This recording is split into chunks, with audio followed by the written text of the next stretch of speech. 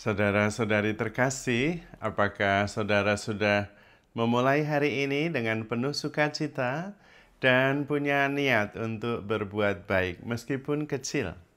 Semoga Tuhan memberkati niat baik saudara. Seringkali saya menemukan kasus-kasus yang menarik dalam kehidupan kita sehari-hari. Ada orang yang begitu sampai putus asa ketika menghadapi sebuah tantangan dan persoalan yang menurut dia besar sekali dan tidak ada solusinya. Padahal menurut saya, kehidupan kita itu memang silih berganti. Ada yang negatif, menimbulkan derita besar, tapi sesudah itu berlalu.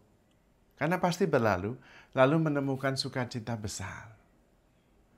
Ada yang senang sekali, tapi itu juga pasti berlalu, lalu nanti kemudian ganti dengan yang membuat dia menderita. Lah memang kehidupan itu ya begitu. Tidak ada kehidupan yang senang terus, bahagia terus. Ya enggak menarik juga. Enggak menarik juga. Kehidupan memang seperti itu. Sebelum lahiran, mau melahirkan itu sakitnya minta ampun. Tapi begitu lahir, wah lupa sakitnya, bahagia. Karena ada anak yang dilahirkan. Loh, kehidupan tuh ya begitu. Sakit, waduh menderita sekali. Sesudah itu sembuh, wah senang sekali. Dan sebaliknya, lah kehidupan itu ya begitu. Waktu muda, senang, sehat, lari sana, lari sini. Ketika menjadi tua, banyak penyakitnya. Lah memang sudah begitu. Memang kehidupan begitu. Senang, susah, sebetulnya kalau kita mau meneliti jauh ke belakang, senang, susah, menyenangkan, tidak menyenangkan, itu kan berdasarkan penilaian kita. Ada saja penilaian itu yang selalu positif itu ada. Karena penilaian itu berdasarkan bagaimana cara kita dibesarkan. Ada yang makan sayur dan sebagainya itu melihatnya sebagai menderita. Makannya cuma sayur. Nah, cara dibesarkannya mengatakan begitu. Tapi ada yang mengatakan, wah makanannya sayur, sehat sekali. Loh. Nah, cuman berdasarkan penilaian kok. Senang, susah, menderita atau tidak itu berdasarkan penilaian kita. Paulus pun juga begitu ketika dia sebelum mengenal Kristus, dia merasa bahwa mengejar-ngejar murid Kristus itu sebuah jasa. Ungkapan iman, mempertahankan bahaya, ajaran-ajaran yang membahayakan iman. Tapi sesudah mengenal Kristus, semua aku anggap rugi. Nah, berubah. Cara pandang itu bisa berubah-ubah. Maka Anda menderita atau tidak ya juga tergantung cara pandang. Karena memang kehidupan itu ya seperti itu. Tergantung cara pandang kita. Kalau cara pandang kita positif terus, ya hidup itu ya positif terus. Menyenangkan, positif, menakjubkan. Lah kalau negatif ya negatif terus. Tergantung kita. Kehidupan ini netral sebetulnya. Hujan itu netral. Tapi ada yang marah-marah karena hujan, yang netral itu. Wah, hujan lah, saya ini sedang mengeluarkan kasur untuk dijemur malah hujan. Hujan yang salah. Hujan ya hujan saja. Bagi petani yang lagi nunggu-nunggu hujan, wah untung hujan, tanaman saya hidup subur loh. Hidup itu kan ya memang netral, tergantung kita menilainya bagaimana, sangat subjektif. Yang sebetulnya penting apa yang terjadi di kepala kita, apa yang terjadi di dalam hati kita, itu yang lebih penting. Yang terjadi di luar ya nggak bisa diapa-apain, wong itu kenyataan. Hanya bisa kita terima. Lebih baik kita mengubah cara pandang kita saja.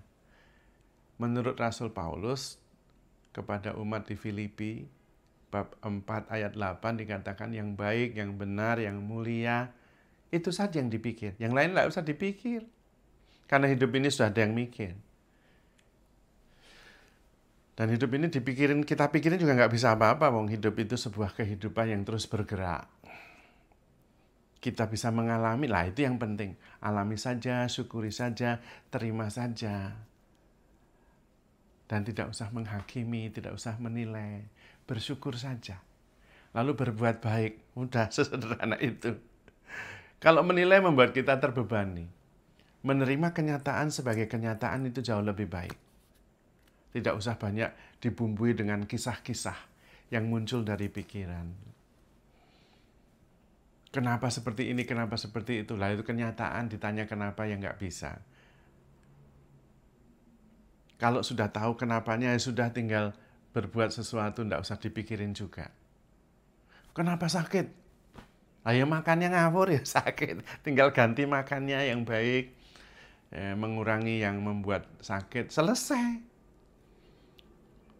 Sebetulnya sesederhana itu. Dan kalau toh sakit juga ya memang itu di luar kendali kita. Itu Tuhan memang menghendaki seperti itu. Kalau kita berpikir positif itu juga ada berkatnya. Supaya kemudian kita bisa merasakan betapa berartinya badan sehat. Gitu. Tetap positif. Bisa istirahat. Tidak dimarahi wong sakit. Istirahat ya malah dianjurkan. Gitu. Lalu kita berusaha hidup sehat. Gitu saja.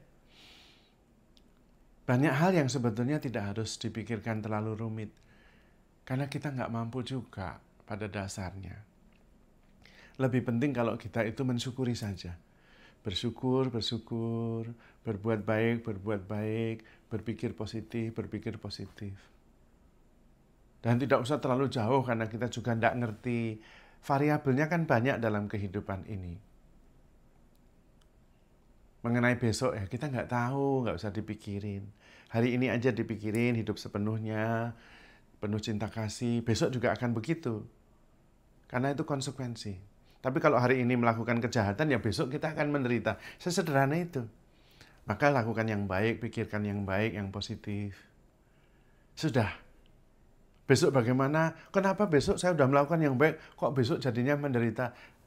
Sudah di luar kendali kita, mungkin orang lain yang melakukannya. Kita nggak usah pusing. Kita yang kemudian berusaha menjadi baik, memberi yang terbaik. Dan semakin baik kita, itulah yang bisa kita berikan kepada dunia ini. Pertumbuhan pribadi kita adalah hadiah terbesar bagi dunia ini, bukan hanya bagi kita. Karena ketika kita bertumbuh menjadi baik, kebaikan itu memancar keluar, mempengaruhi butterfly effect.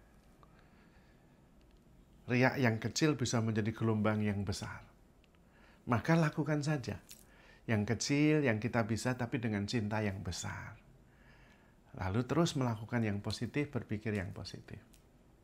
Tidak usah memikirkan yang tidak harus dipikirkan. Dan lebih ringan hidup seperti itu. Karena yang membebani kita ya pikiran kita sendiri. Maka yang sudah berlalu, serahkan pada kerahiman Tuhan. Yang belum terjadi, serahkan pada kebijaksanaan ilahi. Yang penting sekarang saya menjalani hidup dengan penuh kasih, melakukan tindakan kasih, kebaikan yang mengalir dari hati penuh kasih. Dan iman akan Tuhan. Dan bersyukur. Nah, sudah. Begitu saja. Nggak usah rumit-rumit. Hidup akan berbeda. Karena kebanyakan, bukan kebanyakan, memang hidup ini bukan milik kita. Hidup ini yang mengatur Tuhan, bukan kita. Kita ikut saja dan bersyukur boleh ikut. Boleh mengalami. Lalu malah dipercaya menyumbangkan sesuatu meskipun kecil, yaitu kebaikan kita. Maka ya sudah, daripada kita menghabiskan untuk memikirkan kehidupan yang tidak bisa dipikirkan, jalani dengan penuh syukur saja.